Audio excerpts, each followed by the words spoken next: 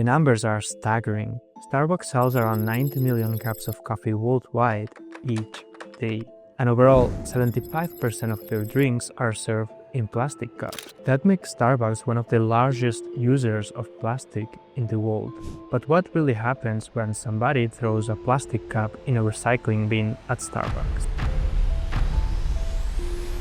Let's follow the journey of two Starbucks cups. One comes from New Jersey, another from Boston. Both were carefully placed in recycling bins. Both traveled thousands of miles, but both ended up in the same place, a landfill in Alabama.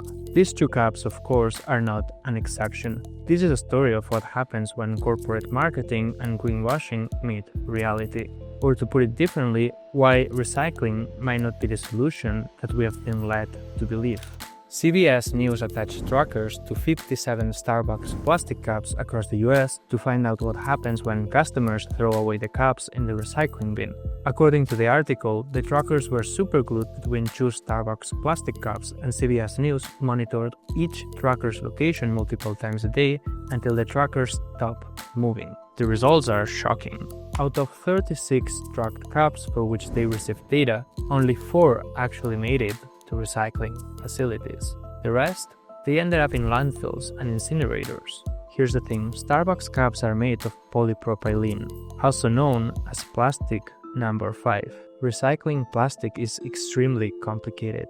Unlike other materials like paper, glass, or aluminum, there are thousands of different types of plastics with different chemicals and additives, making sorting and recycling very complex. And while Starbucks makes promises about the recyclability of its products, the reality is that this type of plastic is very hard to recycle. In fact, only one facility in the US, KW Plastics in Alabama, can actually recycle these cups, according to the CBS News article. So overall, of the 160,000 tons of plastic waste made up of plastic number 5 in the US, less than 1% actually gets recycled, according to a report by the Environmental Protection Agency on plastic recycling.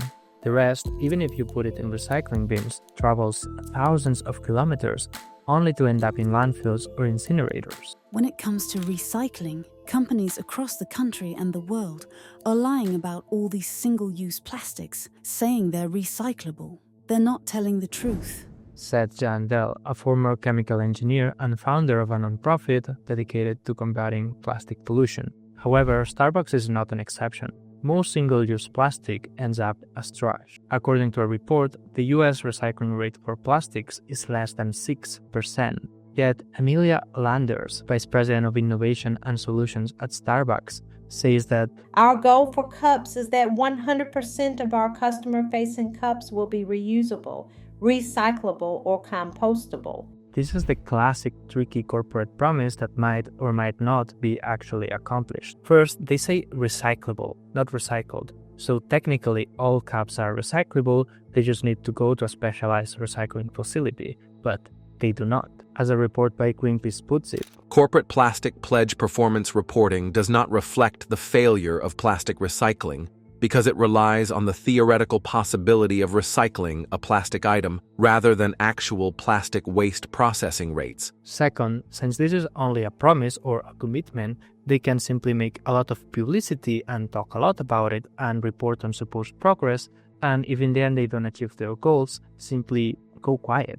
This wouldn't be a surprise, by the way. For instance, Coca-Cola had a commitment to reach 30% reusable bottles, and it quietly dropped it recently. These kind of promises come in handy to avoid criticism and to avoid public policies actually regulating how companies should prevent and manage waste. But then they can be dropped when attention to the topic is lower, or simply when the company sees that they will obviously not achieve the target because they are not doing any efforts to do so. Speaking of reusable packaging, that should be the solution to this whole mess. And this is not some kind of crazy innovation.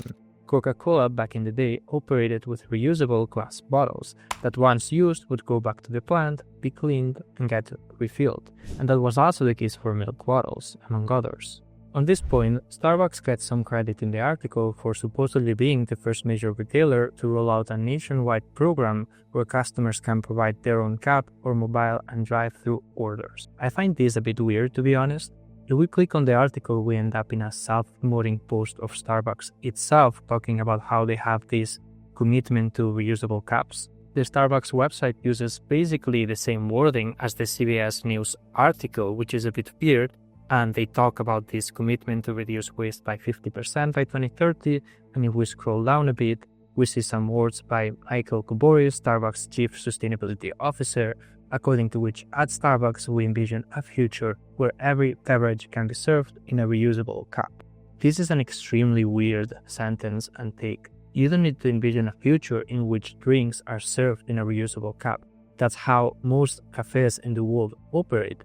It is Starbucks that decides to operate with a single-use model because it is more profitable for the company. If you have operated under an extremely wasteful and polluting model for decades, you shouldn't get credit for all of a sudden introducing a small initiative which supposedly will reduce your impact. This fancy initiative is simply what most cafes in the world are doing, which is using normal reusable cups. But in the Starbucks article, we get some more weird jargon about their commitments and values. They say the following: "We know our customers are passionate about the planet, and now they can join us in our efforts to give more than we take, no matter how they order." They also say that Starbucks is a leader in this work as the first national retailer of scale to offer personal cup ordering in every channel, including mobile order, whatever that means. Again, they are not a leader in this work. In most places, in most of the world, if you want to order a coffee, you get a normal reusable cup. So this is not innovation. This is greenwashing. This is meaningless corporate jargon.